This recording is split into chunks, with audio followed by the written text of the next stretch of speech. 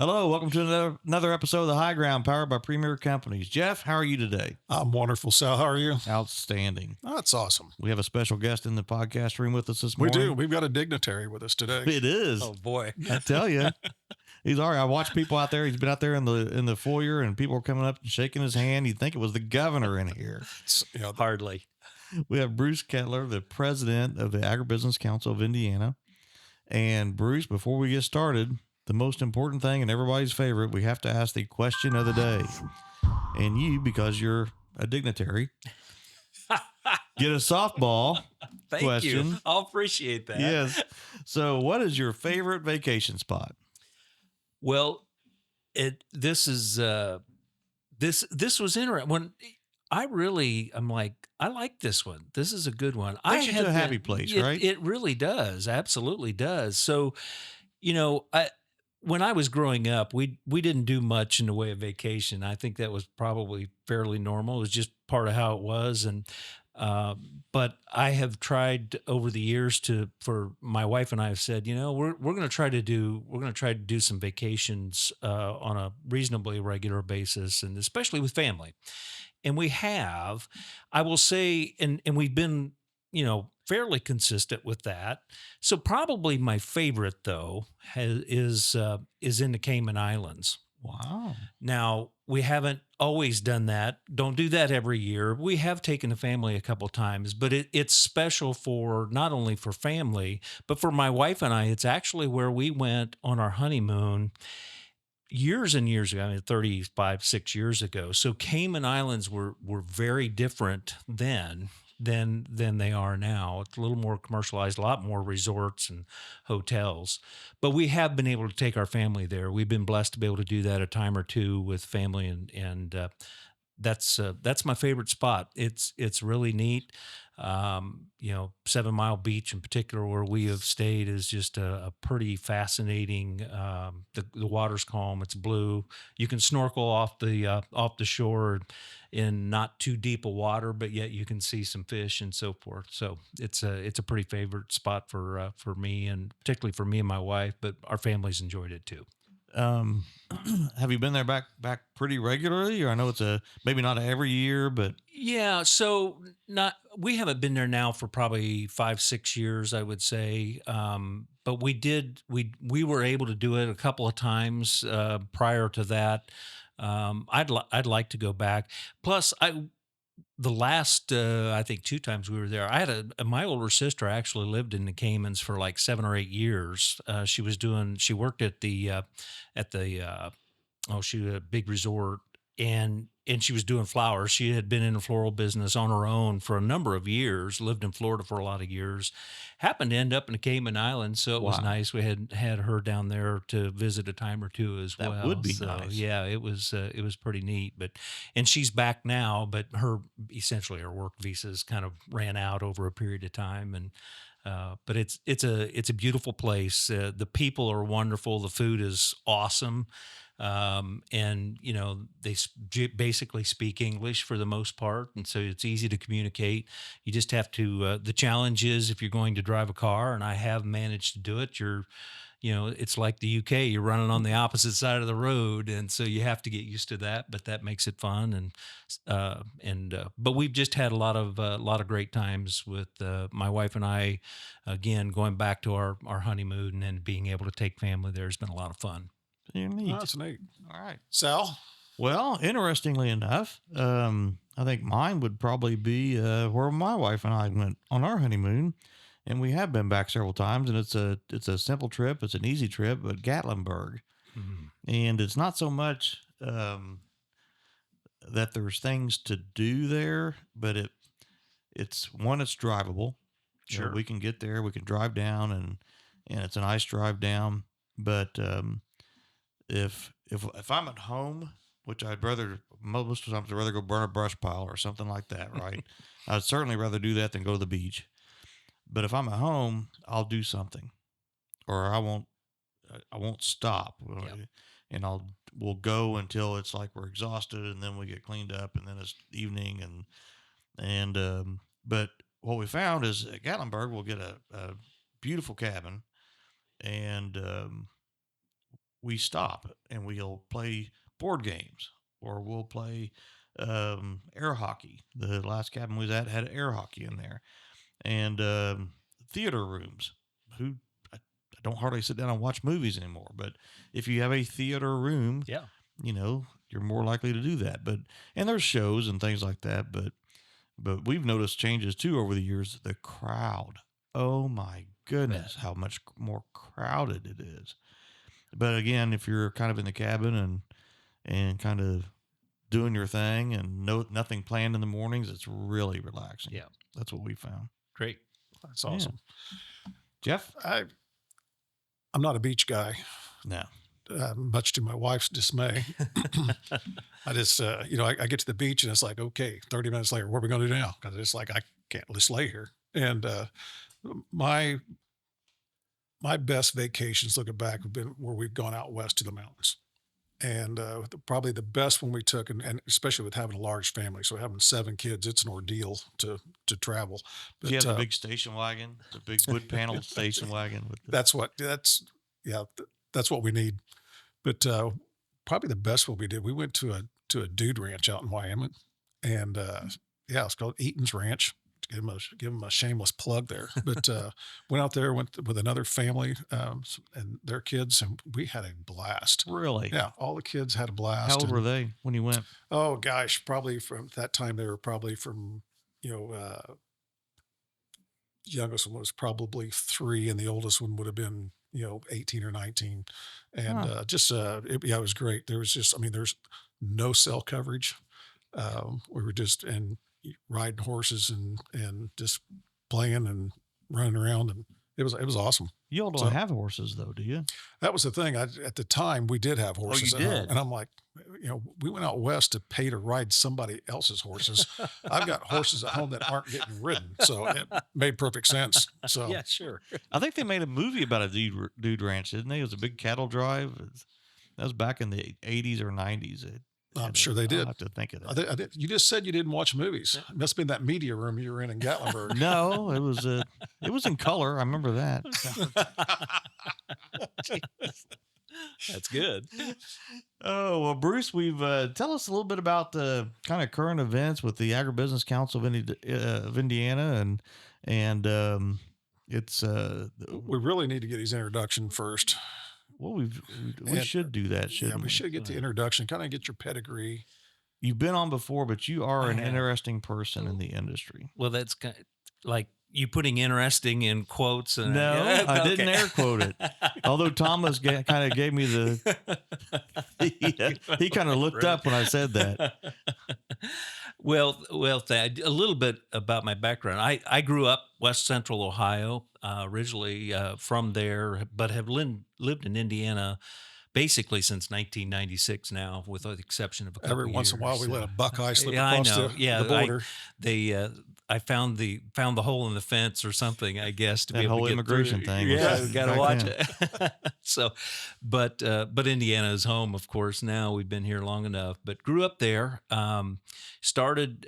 My father actually worked in retail, and I've shared over the years that I think that's it's certainly one of the things that allowed me to appreciate agriculture at a very young age. He, understanding the long hours and what's involved in sales and that. I'm actually an agronomist by training. So I think, again, that probably led me to say, this is a pretty interesting field to be able to get into. And so started out with, I worked for almost 17 years with, was Dow Ag, went through the Dow Elanco joint venture, the Dow AgriSciences world for nearly 17 years. Was actually out of agriculture for a couple years after that, but I missed agriculture. I really, really missed it in a big way. I just missed the interaction. The people was a big part of that. We had been to Memphis, Tennessee for a couple years and came back, and that's when I was outside of ag. And but we're living in central Indiana in Westfield, where we are today. And that's when I went to work in the seed business, went to work for Beck's Hybrids. My wife actually was working for the National FFA Foundation at the time and said, "Hey, there's this company north of town that is a seed company she had become familiar with," and said, "You ought to see if there's some opportunities there," because she knew I wanted to get back into agriculture. So worked at Beck's for 11 years. Then that's when I went to the State Department of Agriculture. Spent 5 years there. That was another one of those unexpected things that you don't necessarily say when you're younger. I think I'm going to do that. That was not on my list of opportunities, but it was a great opportunity. I loved the role, loved the job. Being able to experience this state's agriculture in a very just different way was pretty neat. And then came to Agribusiness Council of Indiana just under 2 years ago now. Very So good. yeah, a lot of different experiences. They've all been great, and I've loved every minute of it. It's a neat transition for you because going from State Department of Ag to the Agribusiness Council, it's almost like you're dealing with a lot of the same folks that you've Yes. been networking with anyway. Yeah, I absolutely have, and I think that's one of the things I've really enjoyed about my career is the opportunities and different companies and people that I've met with. You find out pretty quickly, as I think anybody that's been in agriculture for any period of time, is agriculture can be a pretty small group of folks, but they're great people typically, and you just want to see the industry grow and prosper. And that was one of the reasons I think this fit with ACI was really good too, and to be able to get back into the opportunity outside of state government. I mean, it's a very people that I've talked to, and my own experience was it really is a different experience, one that I enjoyed. But to be able to get back more in toward the private sector was also a really good opportunity, and to be able to share what this industry and the people like Premier, the companies and people like Premier that support our farmers and what they do, very often I think is they're kind of lost in that. Again, agriculture, sometimes we tend to want to put our head down and just kind of say leave us alone, but the people that support, sell, supply farmers, buy the product and the produce from farmers, very often they're the same way. And Yeah. I think we've got to tell our story better, and this to me was an opportunity to do that, in addition to kind of the policy efforts that we all have to work on at the state and federal level as well. Very good. Well, you say agribusiness, and we think of kind of like ag retail of some sort or distribution, but a lot of the same issues, whether they're policy issues or whether they're just the environment, are the same as the Right. growers, Yes. right? Yes. So what's kind of top of mind for the Agribusiness Council of Indiana right now in 24? Yeah. So our policy efforts at ACI really mostly focus at the state level. Now we do interact certainly at the federal level, or watch what's happening at the federal level. A lot of our policy work and coordination at the federal level would be through various organizations that I'm sure Premier is a member of too. But think about organizations like the National Grain and Feed Association, the Ag Retailers Association, Fertilizer Institute, American Seed Trade Association. They're based in DC. They're focused on federal policy efforts, but we coordinate as an organization with them, even though we'll focus mostly on state policy efforts. So at the state level, certainly watching all of those sectors of the industry that we represent. In 2024, even kind of going back to 2023 at the Indiana State House, those efforts, there were a lot of things. The state chemist office, who of course is the regulatory body for fertilizer, crop protection products, and in the state of Indiana, feed to a degree in the state of Indiana. There was a lot of scrutiny on state chemist office. The legislature in Indiana the last several years has said, "Hey, we want to make sure we're watching state agencies." They want a little more. I won't say control, but I think oversight is a good way to put it, of Huh. state agencies. So In this case, the Department of Environmental Management, Department of Natural Resources, and State Chemist Office kind of got, in particular, I think were kind of looked at. That started in 23, it continued into 24, so into the 24 session early this year. Just and really what came out of it and how it affected the state chemist office in particular, and this was an area we were watching as an organization pretty closely.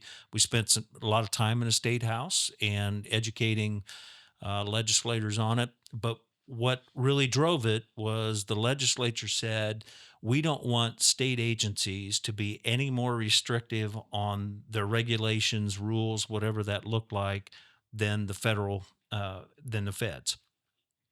Which, okay, I think we can all say, okay, that maybe makes sense. But it did change some things with the state chemist office, particularly around pesticides, around training, uh, and so we had to do some education of some folks on that because for the most part they did. The second thing that happened was there were a lot of over the years the state chemist office on pesticides, to a degree on fertilizer, had done a lot of rulemaking. And again, organizations like ours, and retail organizations like Premier have weighed in on that, have looked at that. But one of the things the legislature didn't particularly care for is if agencies had a number of rules and they weren't in statute. In other words, they weren't in the it weren't legislatively passed. They were looking at those very closely. So state chemist office for 24 basically looked at a lot of the rules, things that were in their rules, and said, okay, we have to evaluate. One, is it more restrictive than maybe the US EPA, for example? And if so, we need to either dial it back or figure out how to change it. And then two, they put a lot of the rules, the things that were previously in rule, into the statute. And Mm. so that effort that gave, I think, then the legislature said, okay, that's much more transparent, they felt, than rulemaking. So we spent a lot of time on that. The other thing in 24 that we worked on, some of the land use things around agriculture. If you remember, there was some studies done that the in 23 the State Department of Agriculture was required by the legislature to do a review of how much ag land was lost in the state of Indiana. So they went back about 10 years and did an evaluation of that. Of course, some of this stemmed out of things like solar projects, and so there was a little bit of, I won't say scrutiny. There was an effort to say, okay, we know we're losing ag land. What has it gone to? What do we as a legislature need to consider for that? So there were some ag land use things that were looked at. I don't think that'll go away. The study was released by the State Department of Agriculture in July. What drove that, Bruce? I mean, what obviously, when you see solar panels, right, and no matter where you're at on the pros or Hmm. cons, Hmm. one thing we can all agree on, even if you don't know, it's just the fact, is that once the ground is out of production, whether you put a warehouse on it or a solar power field or something else, Houses. houses, it will not be used for growing food, Right. feed, or fiber again. And that's one of the things. Is that what generated the oversight concerns, or what? I think solar, to a degree, the solar activity in Indiana that has ramped up the last couple of years was part of it. My own opinion is there was another thing that happened that added to it, and that was the IEDC, the Indiana Economic Development Corporation, and the LEAP district that occurred up in Boone County. This is where the IEDC basically went in and purchased a lot of land and said, we're going to have an innovation district, a manufacturing district. They bought a lot of land. So I think if you take the solar what was going on with solar around the state, some of the big projects that were announced. Then you had that district, the LEAP district that was introduced up in Boone County. Um, I think between those Pretty two soon you things, start legislators start connecting things and that's like, exactly right. hey, that happened down here. That's Oh, exactly this is what we've got that's going exactly on. right. Oh, And then and we and then didn't you have a look. baseline. Pardon? We really didn't have a baseline to know how fast we were losing farmland. That's true. That's exactly right. And that was part of the impetus then, Jeff, for the study to say the Department of Ag, okay, we know we're losing land. We can all look around big cities or whatever and see Urban sprawl. warehouses, the urban sprawl is a better way to put it. We can see that's happening. We know that a lot of that is coming out of agriculture land, but we don't know what it looks like. And so I I don't think most people in agriculture certainly weren't offended by having a study that said, "What are we losing?" Right. And basically what we found is that I think that started in, if I remember right, the 2012. I think they were able to go back like 10 or 12 years. They looked, and what they did was they looked at tax rolls and how so. Director Lamb would tell you it's not exact. It probably how it's assessed and so forth probably differs a little bit from county to county to a degree, but it does establish somewhat of a baseline. So basically, what we found was in the previous 10 or 12 years, we've lost about 350,000 acres of farmland Wow. in the state of Indiana, and so That's a now we chunk. do have that In baseline a decade. in a decade, roughly. Yes. I think it was really, 10 to 12 years. So, that probably leads, we probably need to do that study at least every 5 years, I think. I think Director Lamb would say we probably need to do it maybe even a little more often than that. But we at least have a way of being able to capture some of that and look at that. And we can argue if it's been assessed differently. That's probably not going to make a big difference. But yeah, you start to look. Indiana has roughly what 11 million acres of if you just look at cropland, roughly we have about 11 million acres of cropland. You throw in the forest and the hardwoods and the other things that we have, it's more like probably 15 or 16, but it's not a small number. Wow. Well, and now I guess you could actually quantify. So if you put let's keep picking on solar farms. Let's say you put a solar farm in, and you take those acres. What's the tax implication Mhm. from property taxes or does the solar farm, do they get a tax break, or any business coming in that Right. takes production ground out? Now these economic development. Uh, oh, what you want to talk about for the county? Corporations You'll or, just your or economic divisions. development committees can actually assess now. Hey, Yeah. here's what we get off an acre of farm ground.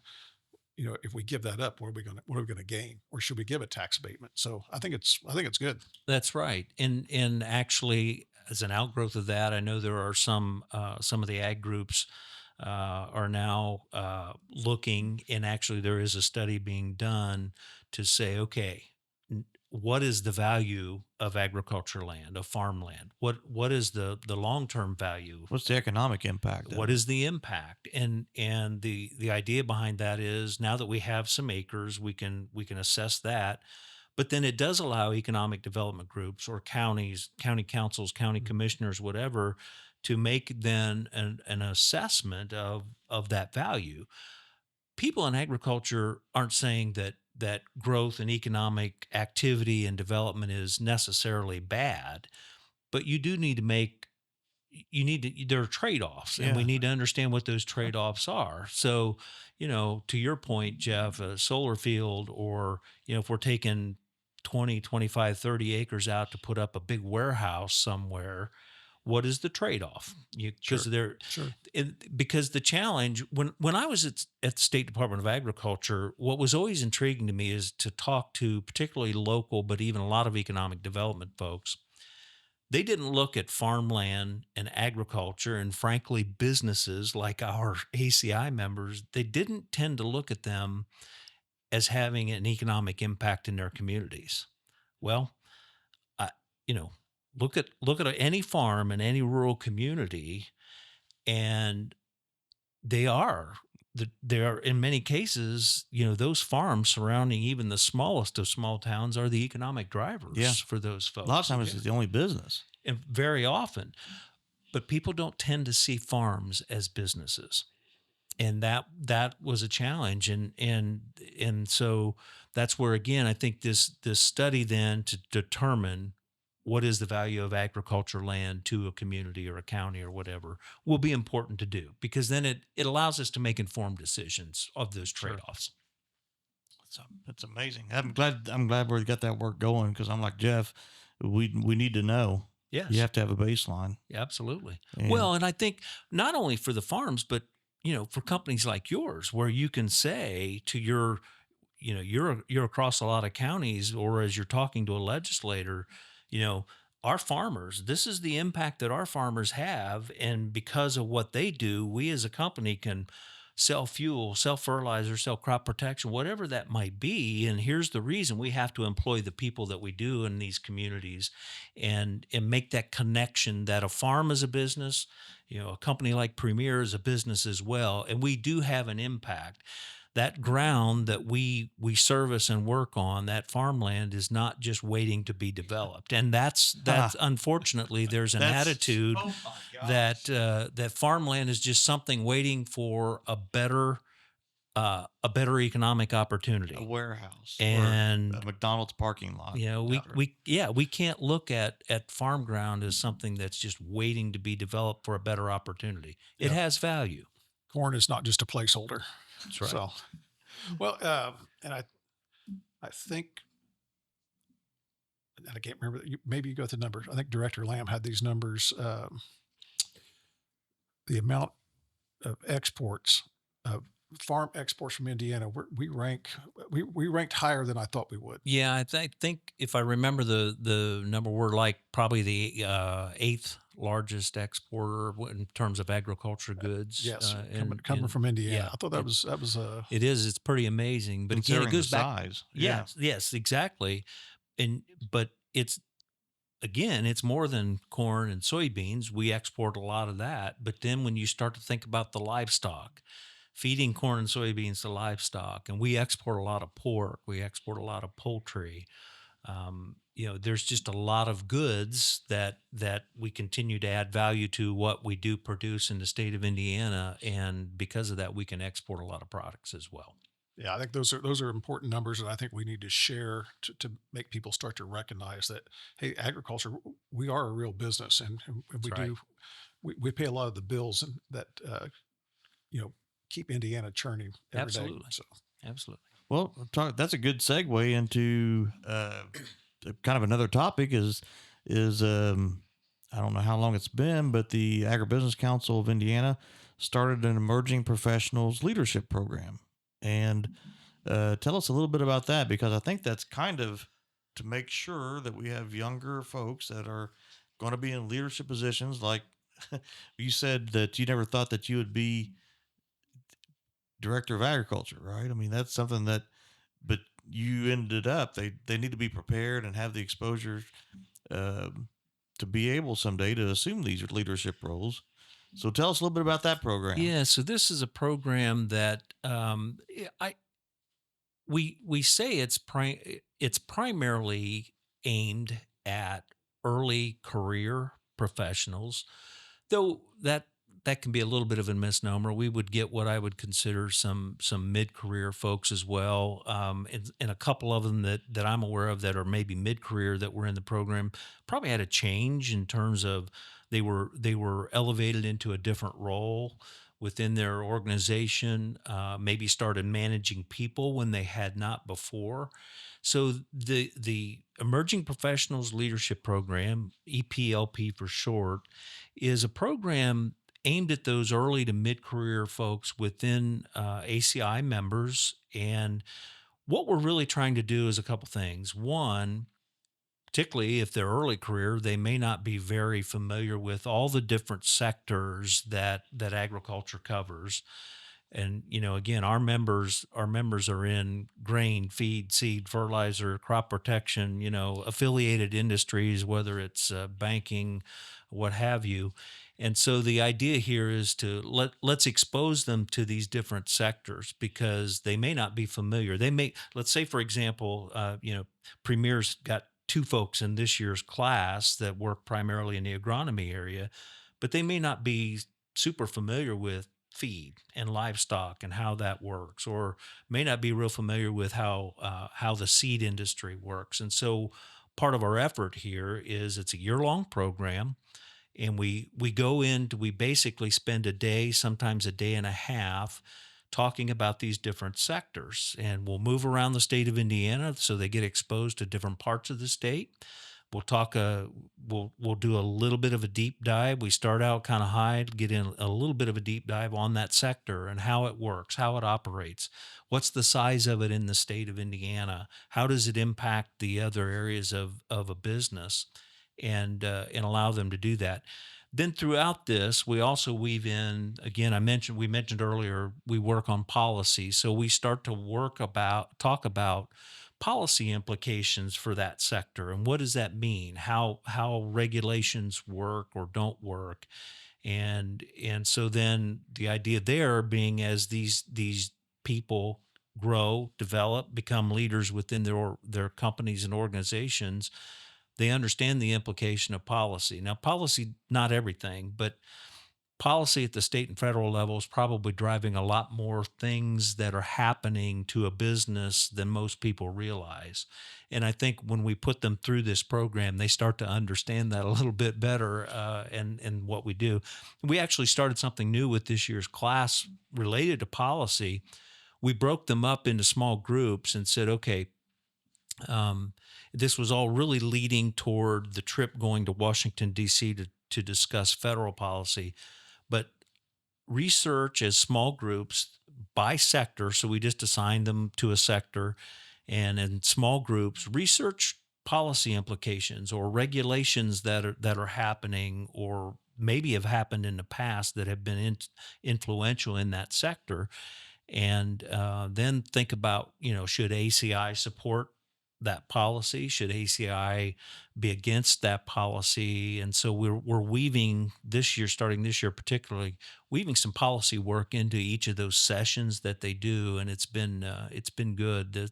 It's again, not that policy drives everything, but we want them to understand that there are outside influences that do affect a business, and no matter what sector you're working in, you're going to have something that comes to you that's going to affect you, whether it's a legislative work.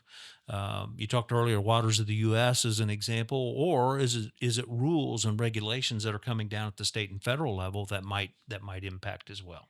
Yeah, as businesses have to comply, Yes, right, with whether it's safety or, I mean, obviously we all want cleaner air, we all want cleaner water, we want safer environments, but those all come with a cost, they do. and we should back to what Jeff said, we should know what they are Absolutely. and how to measure it.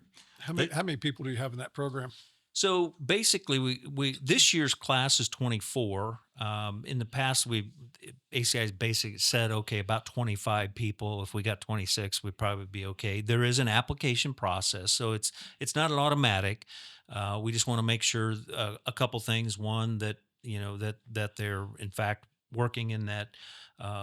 With that company, we want the company to support the efforts because they're not. I mean, we've got nine sessions, so they're going to be away from work for at least a day, sometimes a day and a half. In the case of going to Washington D.C. for 2 days, so we want the employer to make sure they're supportive of that as well. We want a sponsor at that employer to be aware of that. So that's the reason for an application process as well. So roughly 25, and it's a good sized group. They get to know each other that way, and we pick them across our membership, different size companies, all these different sectors. We try to get a really good mix so that they learn from each other as well, and when they go through it. So it's a great program, and I'm just really pleased that ACI has been able to step it up and make it even stronger over the years. I was kind of looking a little bit, Jeff, about what some of the things that the group has done this year. They've been to the State House, Huntington University, and toured a fertilizer facility up there. They went down to CGB in Jeffersonville, and that's always an interesting Absolutely. area. They went to Superior Ag to a feed mill, and one of the attendees, Evan, said that that was fascinating. And matter of fact, I had shot an email to not the name drop, but Alan Lowe. I was going to look for another guest when we record the next time and Yeah. just talk about the Food Safety and Modernization Act and the Yes. impacts of that. Then they were up at another ag retailer up north, Washington, D.C., Remington, Indiana, for seed corn production. And then I think you're going to have some wrap ups in the ACI office. We do. We have a wrap up coming up here in a month or so, and really just a way to kind of close this all out. One of the other things we do every session, we do a leadership development effort. My counterpart Jen Weldon has selected a leadership book that they read throughout the year. So basically, take it in sections and talk about it. We spend at least an hour, sometimes even more, of every session going through that book, talking about leadership and what this author has proposed, and then it allows them to interact. Because what we found too, not all, but a lot of these folks are also managing people or starting to manage people in their organizations, and over the years, that's happening at a younger age for a lot of people. And so many times they're first time managers of people. So you've all of a sudden you've got responsibilities, including people, and what does that look like? And so this interaction in talking about the leadership book has been a lot of fun too. And for me, as I've looked back now, the last couple of years I've been here, I think one of the most valuable things this program does, besides the learning of particular sectors, it's creating a network for these young people.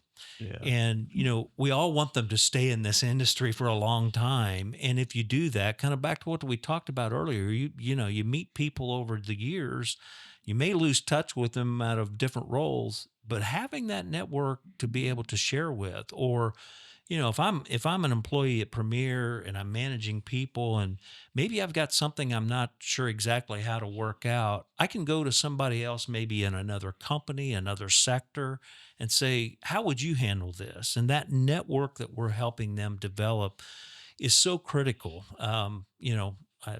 I'm sure I was the same way. I probably didn't understand the value of a network when I started in this industry, but boy, over the years it becomes pretty important. And so developing that network and leadership capability is really critical, I think. I think the ag industry probably, as an industry, does that networking thing better than any other I industry agree. out there. And that's it is critical.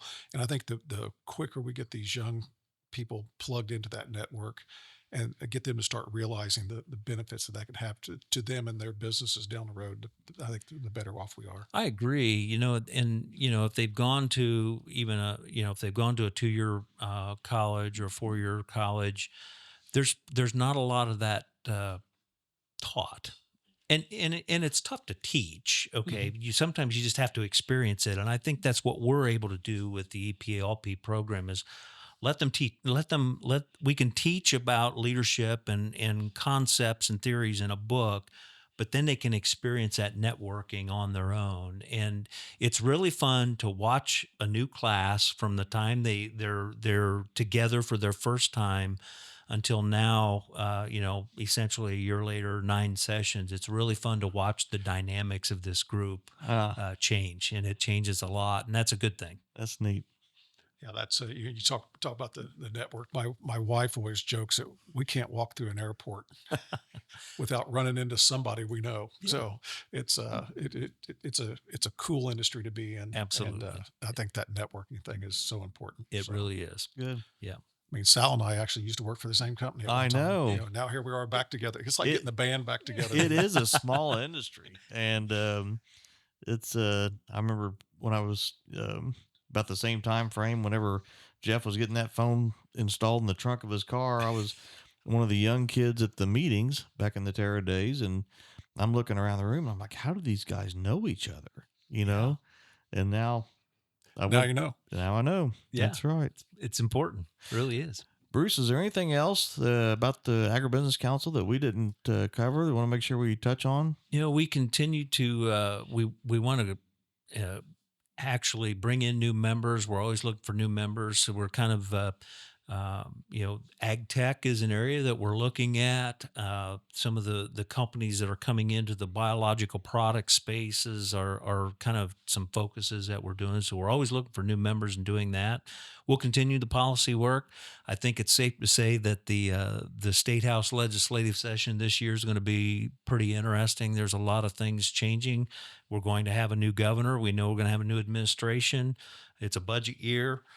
Taxes are, probably going to be talked about.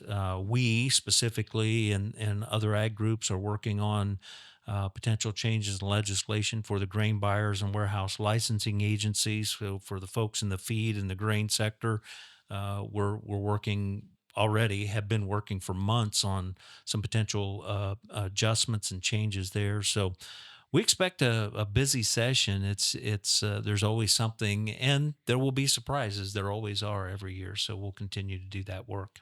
And any ag businesses that want to reach out to check with membership and see what that's about, they can find that on the website. They can find it on Agribusiness Council website. We'd love to have that. My contact information is there. Always glad to be able to talk to folks as well. All right, Jeff. Anything else? No, I think ACI is doing a lot of great work, and we appreciate your time. Thank you, Bruce. Thank you. All right. Well, that's another episode of The High Ground, powered by Premier Companies. Please like and subscribe. Thank you all very much. Thank you.